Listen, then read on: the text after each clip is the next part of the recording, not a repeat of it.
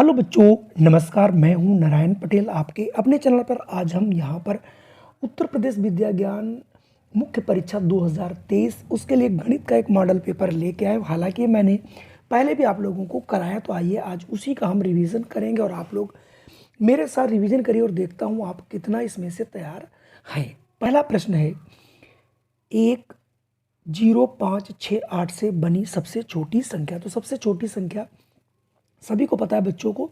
लिखने के लिए सबसे पहले छोटा अंक लिखते हैं। सबसे छोटा यहाँ 0 है, लेकिन 0 से संख्या स्टार्ट नहीं करते, तो 0 से इसमें बड़ा ढूंढेंगे, वो है 1, और 1 के बाद 0 लिखेंगे। अब 1 से बड़ा इसमें ढूंढेंगे। देखिए 5 है, 5 से बड़ा यहाँ पर क्या है, 6 है, और 6 से बड़ा कौन है, 8 है। तो कुल मिला के ये हमारी 10,568 एक संख्या बन गई, और यही जो है हमारी सबसे छोटी संख्या होगी, जो कि ऑप्शन सी में आपको मिल रही है। अगला प्रश्न 22 से 26 तक।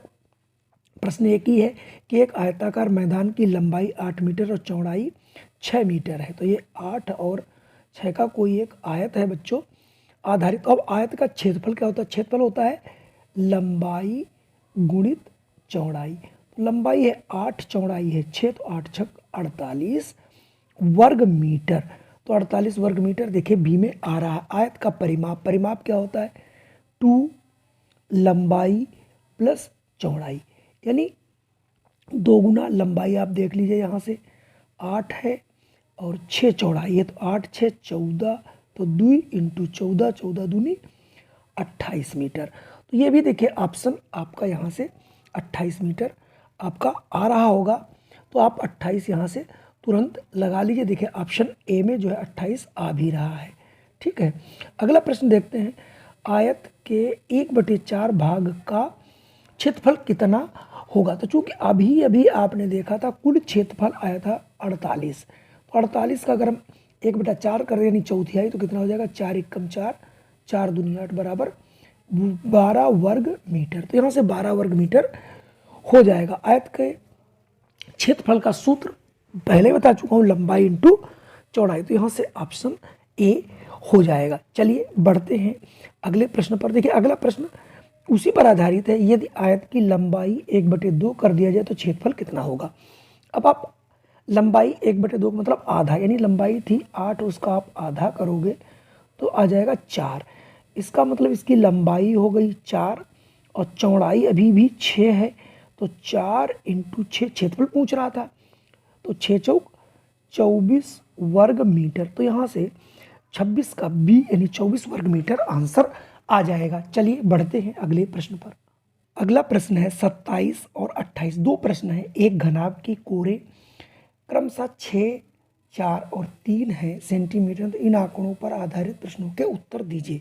तो पहले घनाभ का आयतन पूछा जा रहा है। तो बच्चों आयतन क्या होता है, लंबाई गुणित चौड़ाई और गुणित ऊंचाई। ये तो हो गया आपका फार्मूला। अब आप यहाँ पर लंबाई 6 है, चौड़ाई 4 है और ऊंचाई 3 है। अब आप तीनों की गुणा कर देंगे तो एक घन सेंटीमीटर आ जाए, क्योंकि बीमाएँ सेंटीमीटर में है। तो 6 चौक 24, 72 घन सेंटीमीटर। तो आपको 72 यहाँ से मिल जाएगा। अगला आपसे प्रश्न पूछ रहा है, इस घनाभ का पृष्ठ क्षेत्रफल क्या होगा? तो इसका पृष्ठीय बच्चों क्षेत्रफल होता है 2 लंबाई इंटू चौड़ाई, चौड़ाई इंटू ऊंचाई प्लस ऊंचाई इंटू लंबाई। बस आप इसमें रख लेंगे 2। अब आपको करना क्या है, 6 इंटू 4, फिर 4 इंटू हो जाएगा 3 और 3 इंटू 6, यानी वैल्यू रखनी है केवल। ये 2 हो जाएगा, 6 चौक 24, 4 तिहाई 12, तिछाक 18, तो हो जाएगा 2 इंटू इनको दोनों जोड़ा हो गया 30 और ये 24 हो गया 54, और 54 दूना होता है बच्चों 108 वर्ग सेंटीमीटर। तो यहाँ से आपका आंसर ए वाला सही हो जाएगा। आप पूछ रहे 10, 15 और 20 का लघुत्तम। तो लघुत्तम निकालना आप लोग जानते हैं, 5 से इसे आप काट लीजिए। क्यों, 5 दूनी 10, 5 तिया 15, 5 छक्कू 20, पुनः 2 से काट दीजिए, 2 एकम 2, 3 और 2 दूनी 4। अब जो बचा कट नहीं रहा, तो इसका हम लघुत्तम समापवर्त निकाल लेंगे। 5 इंटू 2 इंटू 3 इंटू 2, 5 दूनी 10, 10 तिहाई 30, 30 दूना होता है बच्चों 60। इसका मतलब इसका लघुत्तम आ जाएगा 60। मैंने इसका शॉर्टकट भी बताया था कैसे निकाल सकते हैं, वो भी आप यहाँ से बहुत आसानी से कर सकते थे। चलिए अगला प्रश्न आपसे पूछा जा रहा है 25 गुणित 10, 10 इंटू 10, इसमें कुछ है ही नहीं, 25 दहामन 150, 10 दहाम 100, तो ये हो जाएगा 350। तो यहाँ से आप 350 को आराम से टिक कर लेंगे। चलिए बढ़ते हैं अगले प्रश्न पर। अगला प्रश्न है 1/5 की दशमलव भिन्न बनाइए। तो आप ऐसे कुछ भी पूछ सकते हैं। तो 5 को 1 से करना है भाग, भाग जाएगी नहीं, आप लगाओगे दशमलव, बढ़ाओगे 1 0, तो 5 दूनी 10 हो जाएगा। तो इसका मतलब इसको मैं लिख सकता हूँ 0.2। 0.2 देखिए सी वाला ऑप्शन आपका बिल्कुल सही होगा। अगला प्रश्न थोड़ा और आसान है। अंकित एक खेत का 1/6 भाग 8 दिन में जोतता है, तो पूरा भाग कितना जोतेगा। ये तो बहुत ही आसानी से आप इस प्रश्न को कर सकते थे, इसमें कुछ आपको करना ही नहीं था।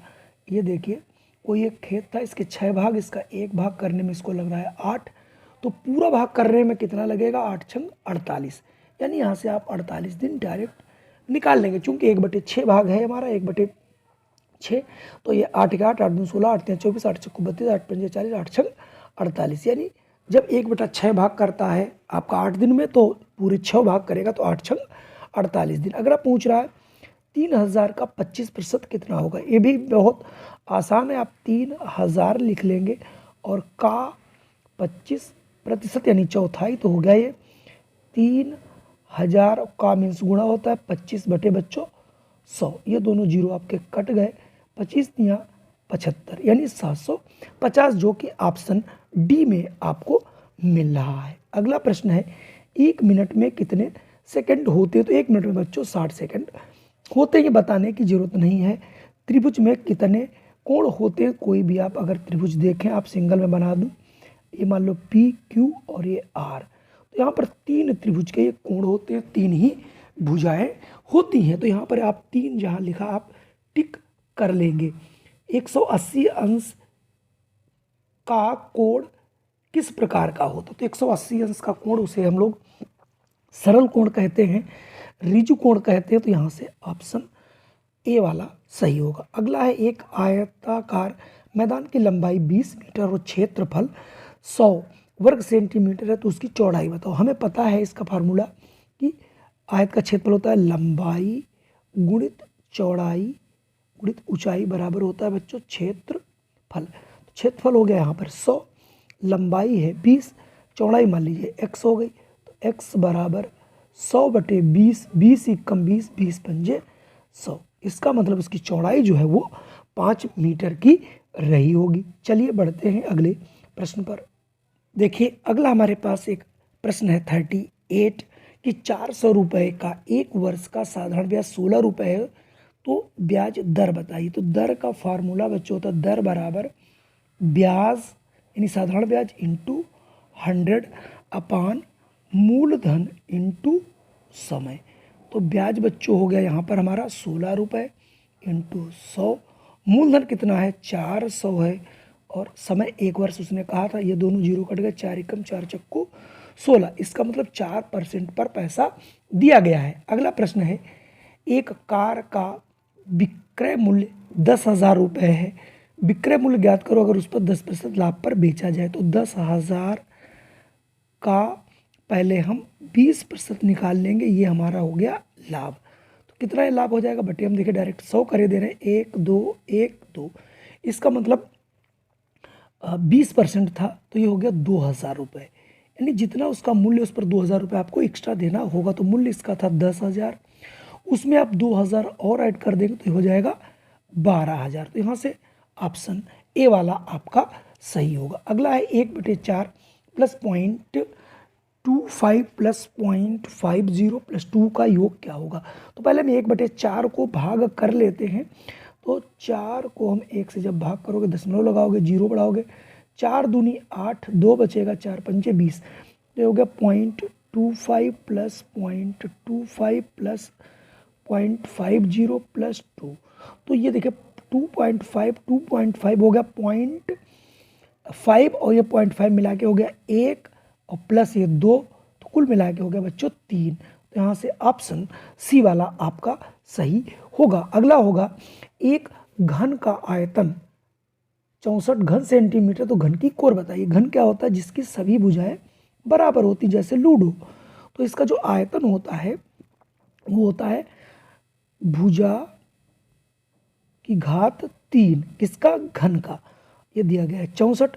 तो भुजा बराबर बच्चों हो जाएगा 64 का क्यूबिक रूट। क्यूबिक रूट मतलब ऐसी कोई संख्या 64 बताइए जिसको 3 बार गुणा करें 64 आए। तो 4 चक्कू 16 चक्कू 64। इसका मतलब उसकी भुजा यानी कोर 4 सेंटीमीटर रही होगी। 1 किलो लीटर में कितने लीटर होते हैं? तो 1000 लीटर होते हैं। बताने की जरूरत नहीं है, आपको याद होने चाहिए। अगला है 40 प्लस 20 और उसको भाग किया गया बच्चों 10 से, फिर है -8 प्लस 2। तो ये 0 0 कट जाएगा तो हो जाएगा 40 प्लस 2 प्लस -8 और प्लस 2।